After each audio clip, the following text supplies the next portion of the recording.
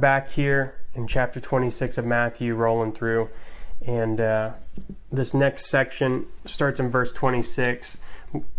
We have covered in this chapter the fact that they're trying to kill Jesus, that they've decided they want him dead, and they're just going to try to find a charge to justify that.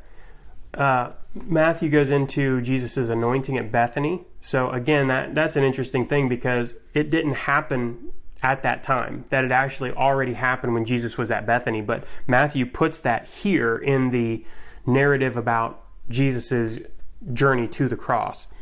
The fact that Judas is set to betray Jesus is laid out, and then the Passover where Judas is acknowledged as the betrayer, as the traitor. However you want to say that. So, verse 26, now that as they were eating, Jesus took bread, and after blessing it, broke it, and gave it to the disciples, and said, "Take, eat, this is my body." And he took a cup, and when he had given thanks, he gave it to them, saying, "Drink of it, all of you, for this is my blood of the covenant, which is poured out for many for the forgiveness of sins. I tell you, I will not drink again of this fruit of the vine until that day when I drink it new with you in my Father's kingdom." So from this verse, we do get the Lord's Supper. This is something that my church does every week. The church I grew up in, I think, did it monthly at the time. This is an interesting sacrament, and it's a fantastic thing to look at from different perspectives.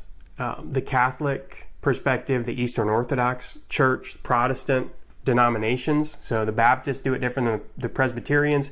It's just a fantastic thing. One thing that I think is interesting is everybody uses grape juice now, right? Like why don't some churches offer wine? And the bread, I know bread was traditionally unleavened. Lots of churches don't use unleavened bread, or they use the little wafer. I think we're sterilizing and robbing communion a little bit in the Presbyterian side. Sorry. But I think that it's a fantastic thing. This also, I think I would be remiss if I didn't point out that this idea of him saying, "Eat my body and drink my blood," would have been shocking.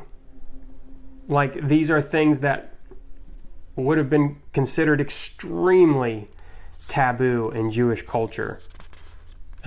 The idea, I mean, this is like literally cannibalism.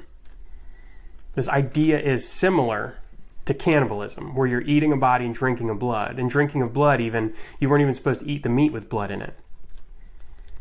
And so this idea of becoming one with Jesus is actually what this is representing. This communion is literally ingesting. It's similar to sex in that regard, becoming one flesh. When you eat something, it's, you're seeing it being ingested into your body.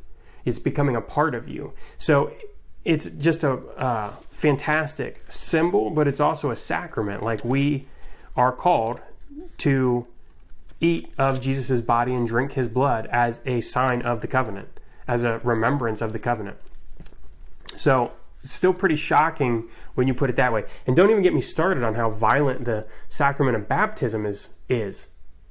I mean, it's literally about a spiritual death and rebirth. And it's meant to convey an extremely violent event. It's fantastic.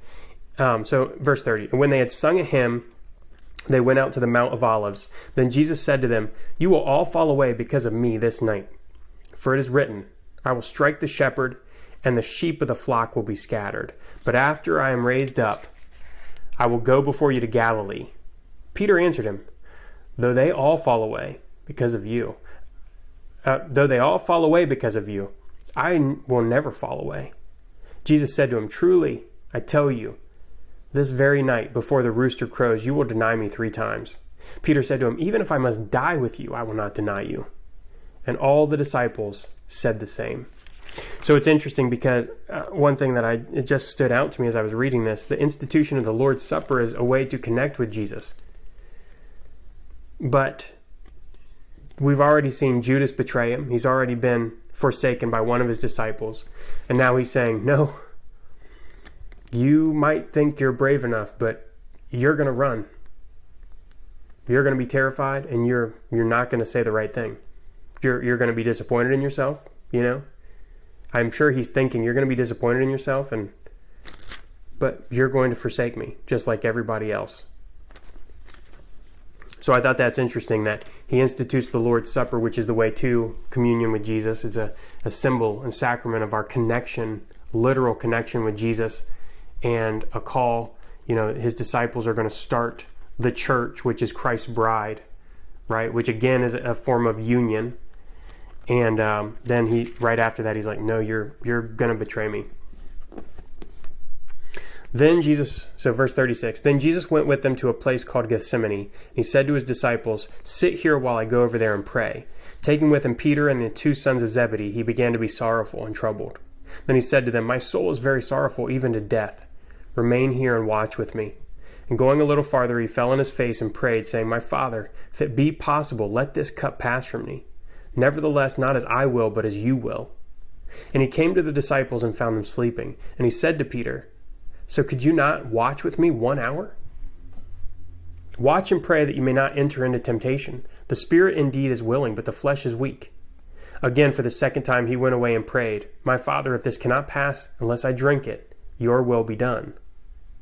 And again he came and found them sleeping, for their eyes were heavy. So leaving them again, he went away and prayed for the third time, saying the same words again.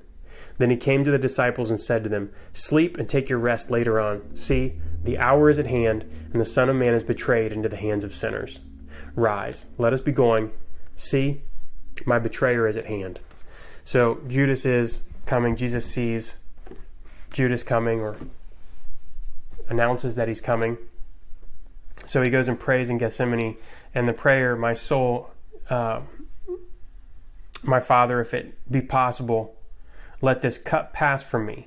Nevertheless, not as I will, but as you will. So again, there's this idea that God's sovereign plan, this cup that's before him, drinking of it, what this cup also represents is God's wrath. So this idea of the cup of God's wrath, and that we willingly drink from it, right? And Jesus is in a unique situation here where he's going through and he's being called to drink from the cup of God's wrath, to take on that wrath, to take on the world's sins and be utterly forsaken by God. And he's terrified. He says that he's sorrowful and troubled, even to death. And his disciples have heard multiple times, at least 3 times, if not more, that Jesus is going to be crucified, and they can't stay awake. I mean, it's pitiful, really. After just saying, though they all fall away because of you, I will never fall away, Peter says. And the rest of them say they won't deny him even if they have to die. And what do? They can't even stay awake while he's praying. So, yeah. I mean, I just think it's interesting that they can't even stay away for Jesus. So I'm gonna end it there. There's a lot to this narrative. I'm obviously not going to cover it all. Put some of the things that stand out down below in the comments. I'd love to hear what you guys think as you read through these sections. Next up, we're going to go through the betrayal and arrest of Jesus, and Jesus before Caiaphas and the council, and Peter denying Jesus. So we're going to try to get through that in the next video. The betrayal and arrest of Jesus is just a crazy. It's just crazy. And I think it's interesting. It's just so funny to me that the thing that they charge Jesus with is blasphemy. Like, they've just decided he's got to die, and blasphemy is the charge that sticks. So they charge the Son of God with blasphemy. So anyways, we'll get into that next. So that's all I have. Put your comments down below. Like and subscribe to catch all the videos as they come out. I really love doing this with you. Hopefully you're in a church, a good church, and you're in a good Bible study, talking with other people about this. If you do not have a Bible study and you have been going through the Bible, studying it in depth, and you are at this point in a video, you should probably talk to your pastor about what it would be like to start a Bible study or to co-lead a Bible study if your church has one or doesn't have one or whatever it is. So anyways, get with people and talk about the Bible. a real fun thing to do now. Anyways, all right, that's all I've got. Peace.